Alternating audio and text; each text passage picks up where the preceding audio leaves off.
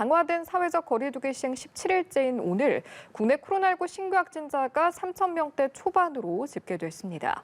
이런 가운데 오늘부터 방역 패스에도 6개월 유효 기간이 적용되는데요. 신상엽 한국의학연구소 학술위원장과 함께 관련 내용 짚어보도록 하겠습니다.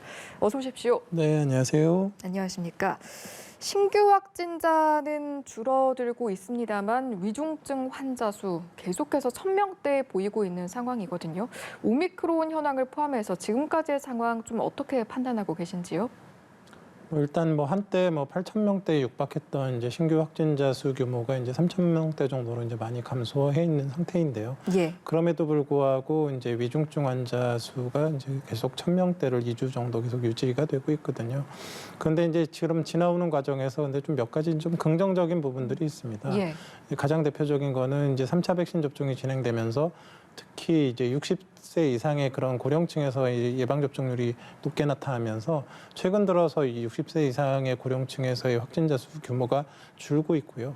60세 이상의 확진자 수가 규모가 줄다 보니까 확진자 수 대비의 위중증화율, 그러니까 그 유행 당시에는 한 2% 이상이 확진자 중에 2% 이상이 위중증으로 진행했다 그러면 그게 이제 1%대로 이제 떨어지고 있거든요. 그러니까 전체적인 유행의 규모도 줄고 그다음에 위중증 환자의 비율도 줄어들고, 그러니까 장기적으로는 이제 어느 정도 이제 의료 시스템이 이제 좀 숨을 돌릴 수 있는 그런 상황으로 이제 진행이 되고 있는 것 같고요. 여기에 더해져서 이제 이번 달 이제 중순 지나서 먹는 경구용 치료제가 들어오게 된다 그러면 고위험군의 입원율을 이제 낮추는 그런 방향으로 진행돼서 또 그런 부분들에 이제 그런 여러 가지 이제 좀 기대되는 부분들이 있는데 다만 이제 지금 오미크론이라는 변수가 하나 남아 있습니다. 그렇죠. 오미크론 같은 경우는 기존의 델타 변이보다 여러 연구에 의하면 2배에서 2배 반 정도 그 전파력이 더 높은 것으로 알려져 있기 때문에 이제 오미크론이 어느 순간 우세종이 되는 순간에 확진자 수 규모가 이제 급격하게 또 늘어날 수 있는 가능성이 있어서 그런 부분들을 고려해서 지금 사회적 거리두기를 좀 완화하지 못하고 좀 2주간 더 연장하게 된 것 같습니다. 예, 오미크론은 이후에 저희가 좀 더 자세하게 여쭤보도록 하겠고요. 사실 오늘부터 달라지는 방역 지침이 방역 패스 유효 기간에 대한 부분입니다. 어떤 부분이 정확히 달라지는지부터 한번 함께 짚어보죠. 기본적으로는 이제 방역 패스가 과거에는 이제 예방 접종, 기본 접종을 마친 이후에 이제 그런 기간 제한이 없었다가 이제 6개월의 기간 설정이 되는 게 있고요. 또 하나는 이제 대형마트나 이런 백화점 같은 곳에서도 이제 방역 패스가 도입이 되는데요. 기본적으로 이제 방역 패스라는 거는 이제 목적이 크게 세 가지입니다. 하나는 이제 그 다중이용 시설 중심으로 대규모 유행이 나타날 수 있기 때문에 기본 이제 백그라운드는 안전성이 담보된 사람만 그 다중이용 시설을 이용하게 해서 그곳을 통한 유행을 막고 또 거기를 이용하는 사람들이 안전하게 이용하게 하겠다 이제 이런 거였는데, 그럼 그 안전성을 담보하는 게 기존에는 백신 접종을 2번 완료한 것으로만 충분했는데 지금 보니까 현재 상황에서는 백신 접종 완료 후 4개월 정도가 지나면 현격하게 예방접종 효과가 떨어지기 때문에 6개월 정도의 기한을 두고 다시 접종을 해야만 그 안전성을 이제 입증하게 해줬다라는 그런 부분들이 있는 거고요. 그래서 지금 이제 또 하나의 이제 또 세 번째 목적은 뭐냐면 지금 이 백신 패스 내용을 보면 기존의 이제 전자 출입 명부의 그런 정보에 더해서 예방 백신 접종 정보가 들어가거든요. 그러니까 혹시라도 어떤 다중이용 시설을 매개로 확진자가 대규모 발생을 했을 때에 예방접종 증거, 그 자료를 이제 방역 당국이 가지게 되는 겁니다. 그래서 1차적으로 가장 위험한 미접종자나 예외 상황에 있었던 사람들 위주로 방역을 우선적으로 진행할 수 있는 그런 정보까지 이제 얻을 수 있게 되는 거거든요. 그래서 전체적으로는 좀 복잡하긴 하지만 일단 방역 자체에 있어서는 어느 정도 긍정적인 효과가 있으리라 기대를 하고 있습니다. 그러면 이제는 180일이 지나면, 그러니까 6개월이 지나면 접종을 완료해도 방역 패스의 어떤 적용 대상에 포함이 되는 거 아니겠습니까? 그만큼 내 유효 기간이 어떻게 되는지를 확인하는 게 중요할 것 같은데 이건 앱에 들어가서 확인하면 되는 겁니까? 기본적으로 이제 쿠브 앱이라는 곳에서 이제 거기 이제 전체적인 관리가 되고 있고, 그래서 최근에 그런 백신 접종한 부분들을 좀 충분히 업데이트를 해주셔야지만 그 혼선 없이 바로바로 적용이 되실 것이라고 생각합니다. 자막으로도 나가고 있습니다만 쿠브 앱, 네이버, 카카오 등을 통해서 이제 확인하실 수 있을 것으로 보이니까요. 이런 부분도 좀 잘 챙기셔야 할 것 같습니다. 이어서 이 내용도 짚어보겠습니다. 10일부터는요, 일정 규모 이상의 백화점과 대형마트에서도 방역 패스가 적용이 되는데 이 부분 관련해서는 당연한 조치다, 아니다, 너무 과한 조치다 이렇게 팽팽하게 또 맞서고 있는 상황이라서요.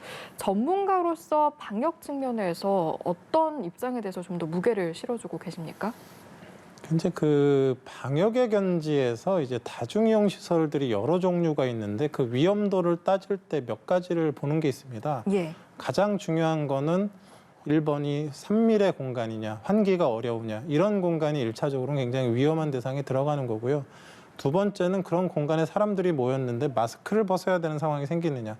예를 들면 식사를 하거나 아니면 뭐 세면을 하거나 이런 환경 조성이 되느냐. 예. 또 세 번째가 이게 많은 분들이 좀 잘 모르시고 계시는데 이 모임이 서로 간에 아는 모임이냐 서로 간에 모르는 모임이냐 이것도 굉장히 중요합니다. 아, 아는 사람들끼리 모이면 서로 계속 대화를 하고 얘기하고 밀접 접촉을 할 수밖에 예. 없는데 서로 생판 모르는 사람들이 모여 있는 그런 집단에서는 사실 그런 밀접 접촉이 어렵거든요.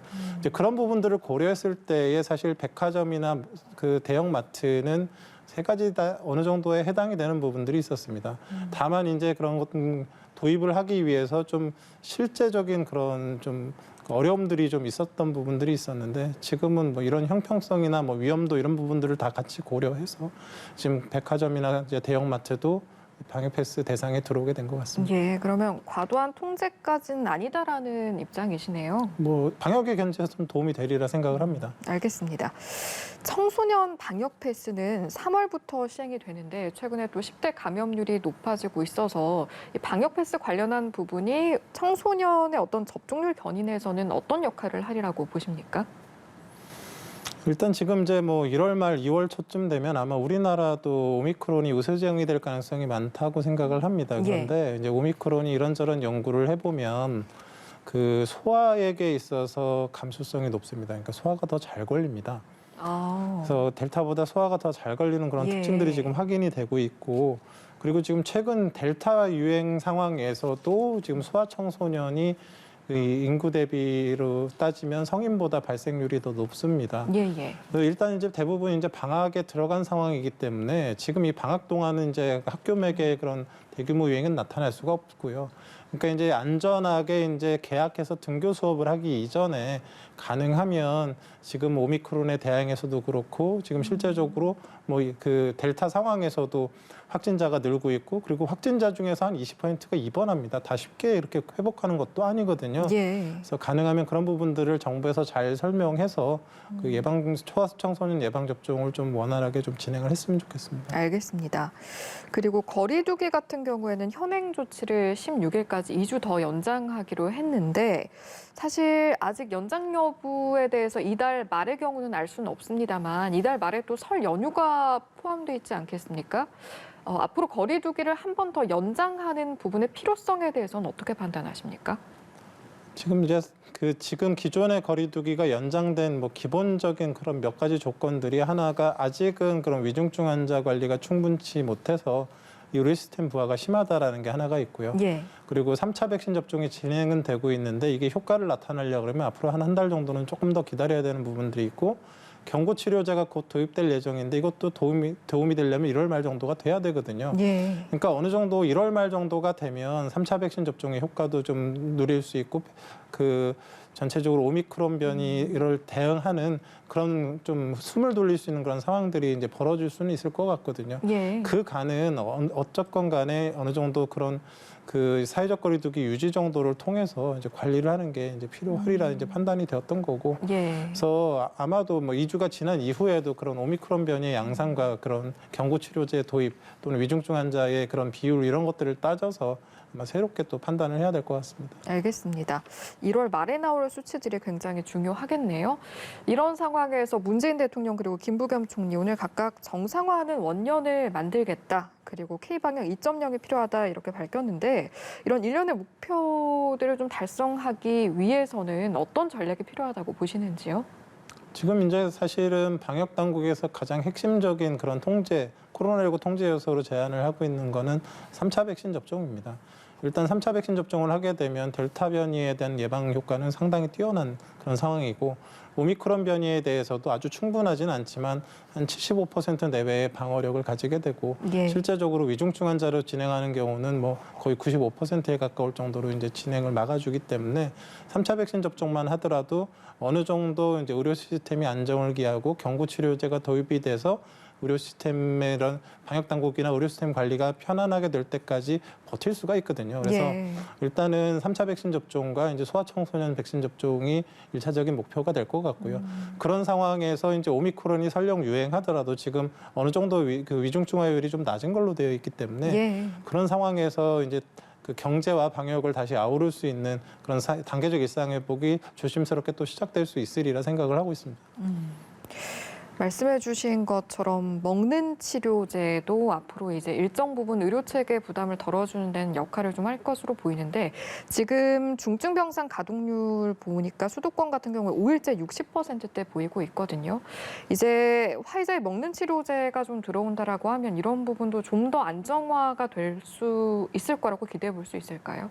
네, 어느 정도는 기대해 볼 수 있습니다. 왜냐하면 뭐 지금 뭐 임상시험 결과긴 하지만 그런 기존에 알려져 있는 코로나19 고위험군한테서 증상 발현 5일 이내에 팍스로비드를 사용했을 때에 그런 입원을 막아주는 확률이 88% 정도 됩니다. 그러니까 예. 10명이 입원해야 되는데 한두 명밖에 입원을 하지 않는 그런 상황들이 벌어진다 그러면 당연히 병원 입장에서의 그런 병상 가동률 이런 부분들이 훨씬 더 여유가 생기게 되고 방역 당국에서도 고위험군들이 그 중증으로 진행하지 않기 때문에 사실 여러모로 관리가 수월해지는 부분들이 있어서 뭐 그만큼의 효과가 나올지는 모르겠지만 일단은 그 도입이 돼서 충분하게 잘 배급되고 이제 사용될 수 있도록 그 관리를 지금 잘 하는 것도 또한 되게 중요할 거라 생각합니다. 예. 앞으로 코로나19 상황이 어떻게 전개가 될 것인가 사실 오미크론 변이도 큰 변수 중 하나라고 볼 수 있을 텐데 앞서 위원장께서 말씀해 주신 것처럼 지금까지 전해진 내용만 보면 전파력은 높고 중증화율은 좀 낮은 모습 보이고 있거든요. 이 같은 상황을 고려를 했을 때 단계적 일상 회복은 저희가 언제쯤 그 단계로 돌아갈 수 있을까요? 그리고 이제 단계적 일상회복 아까 잠깐 말씀드렸지만 이제 3차 백신 접종을 통해서 일단은 이제 고위험군 중심으로 그 접종으로 인한 방어벽을 탄탄하게 쌓고 그다음 경구 치료제가 도입이 돼서 확진자 중에 고위험군들이 어느 정도 보호를 받고 그런 상황에서 이제 오미크론이 유행을 하는데 우리가 관리가 가능한 수준 정도에서 유행을 한다라는 전제가 된다 그러면 그때는 이제 단계적 일상 회복이 다시 시작될 수 있으리라 생각을 합니다. 예. 마지막으로 이 내용도 짚어보겠습니다. 이스라엘은 오미크론 변이 확산 때문에 4차 접종에도 나선 상황인데 우리나라에도 좀 비슷하게 좀 비춰보면 앞으로 4차 접종, 나아가 N차 접종까지도 갈 수 있는 가능성이 있는 겁니까? 아마도 뭐 4차 백신 접종은 뭐 필연적으로 해야 될 가능성이 높을 것 같고요.